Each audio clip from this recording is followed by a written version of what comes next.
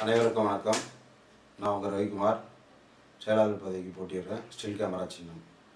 2016 18 வரைக்கும் இணைச் செயலாளராக தென் சென்னையில் பணியாற்றிருக்கேன். 2018 22 வரைக்கும் பொருளாளராக பணி செஞ்சுருக்கேன். 22 24 வரைக்கும் பிஆர்ஓவாக நம் சங்கத்துக்காக பணி செஞ்சுருக்கேன். இந்த கடந்த காலங்களில் நான் பொருளாளராக இருக்கும்போது சில பல காரணங்களால் எனக்கும் அன்றைய காலகட்டத்தின் செயலாளர்களுக்கும் நிறைய வாக்குவாதங்கள் நடைபெற்றன. அதில் அவர் பொதுக்குழுவிற்கு ஒரு பொருளாளருக்கு எடுத்து செல்லும்போது நான் அப்பொழுதே அவரிடத்தில் வாக்குவாதத்தில் இந்த கணக்கு வழக்கு இந்த முறையில் எடுத்து செல்லக்கூடாது என்று வாதிட்டு அன்றைய செயற்குழு கூட்டத்தில் விவாதங்கள் அதிகமாக நடைபெற்றது. அப்பொழுதே அவர் என்ன சொன்னார்னா, செயலாளர் என்ன தான் கேள்வி கேட்பாங்க, எதுவாக இருந்தாலும் நான் பார்த்துக்கிறேன், உங்கள் பொருளாளர் நீங்கள் கையெழுத்து போடுங்க அப்படின்னு சொன்னார். ஆனால் நான் அது முடியாதுன்னு சொல்லி அன்றைய செயற்குழு கூட்டத்தில் ஒரு விவாதம் பண்ணி ஒரு தீர்மானம் கொண்டு வந்து அதுக்கப்புறமா நான் கையெழுத்து போட்டு அதுக்கப்புறமா தான் அந்த பொருளாதாரிக்கை அந்த ஆண்டு 2019 வாசிக்கப்பட்டது. அது மக்களுக்கு எல்லாருக்கும் தெரிவிக்கப்பட்டது. அதுக்கு அடுத்தது அப்படியே தொடர்ந்து இதே மாதிரி இவங்க இப்போ 2022 24 இருக்கக்கூடிய நிர்வாகத்தின் செயலாளர் அவர்களும் நான் ஒரு சில கணக்கு வழக்குகளை பற்றி சொல்லும்பொழுது அவங்க, நீங்கள் பிஆர்ஓ உங்களை கேட்க மாட்டாங்க, பொருளாளர் இருந்தால் தான் உங்களை கேட்பாங்க, செயலாளர் பொருளாளர் நாங்கள் பார்த்துக்குறோம் அப்படின்னு அவர் சொல்கிறாரு சென்ற வருடம். ஸோ இவங்களுக்கு செயலாளர் எடுக்கிற முடிவு உறுதியானது, செயலாளர் மேலே தான் எல்லா கேள்விகளும் உறுப்பினர்கள் வைப்பாங்க அப்படின்னு இவங்களே ஒரு முடிவு எடுத்து வந்துடுறாங்க. இது முற்றிலும் என்னை பொறுத்த வரைக்கும் தவறான விஷயம்.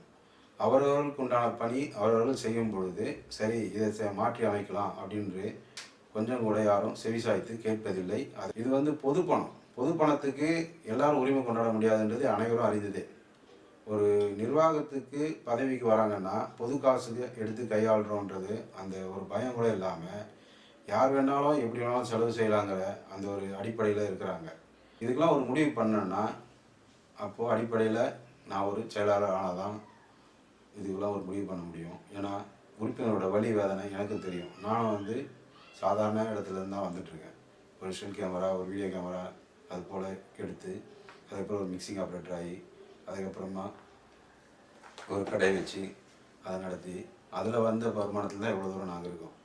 நான் ஒன்றும் லட்சாதிபதியோ கோடீஸ்வரனோ கிடையாது. ஒரு சாதாரண உறுப்பினர் மாதிரி தான்.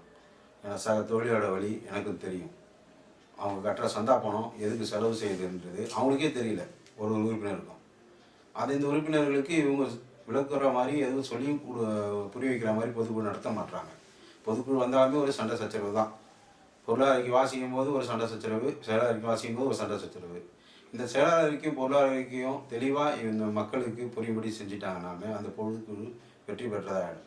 அதுக்கப்புறமா ஒரு விவாதங்கள்லாம் எப்பயுமே ஆரோக்கியமான விவாதங்களாக இருக்கணும். அந்த விவாதங்கள்லாம் எதுக்குன்னா அடுத்த கட்டமாக நம்மளுடைய வாழ்வாதார முன்னேற்றத்திற்கும் அரசாங்க கவனத்திற்கு நம்ம எப்படி நம்ம சங்கத்தை கொண்டு செல்லணும், அந்த மாதிரி சிந்தனைகள்லாம் யாரும் சிந்திக்கிறதே கிடையாது. ஒரு அங்கீகாரம் பெற்ற சங்கமாக நம்ம அறிவிக்கிறதுக்கு இது வரைக்கும் எந்த ஒரு ஸ்டெப்பும் எடுத்து வைக்கல. இதுக்கு நான் நிச்சயமாக ஒரு அரசு கவனம் ஏற்படுறதுக்கு ஒரு போராட்டமோ ஏதாவது ஒன்று நடத்துவேன், இல்லை ஒரு கையெழுத்து இயக்கமாக நடத்துவேன். அது அந்த அரசு இயக்கத்தின் செயலாளர் இருப்பார், அவர்கிட்ட நம்ம அது முறைப்படி மனு கொடுப்போம். நம்மளுடைய சங்கத்தை அரசு அங்கீகாரம் பெற்றதாக அவங்க அறிவிப்பாங்க. ஸோ ஏதாவது ஒரு வாழ்வாதார முன்னேற்றம் பண்ணணும். இது முன்னேற்றம் பண்ணாமலே காலகாலமாகவே 28 வருஷமாக இந்த சங்கத்தை உறுப்பினருக்கு எந்த ஒரு பயனும் இல்லாமலே அமைதியாக எடுத்துகிட்டு போயிட்டு இருக்காங்க. எந்த உறுப்பினர் கேள்வி கேட்டாலும் சங்கம் என்ன பண்ணுச்சு, சங்கம் என்ன பண்ணுச்சு, இதான் ஒரு கேள்வி கேட்குறாங்க. உறுப்பினரோட மனநிலையை அறிஞ்சு சங்கத்தின் செயல்பாடுகள் இருக்கணும்.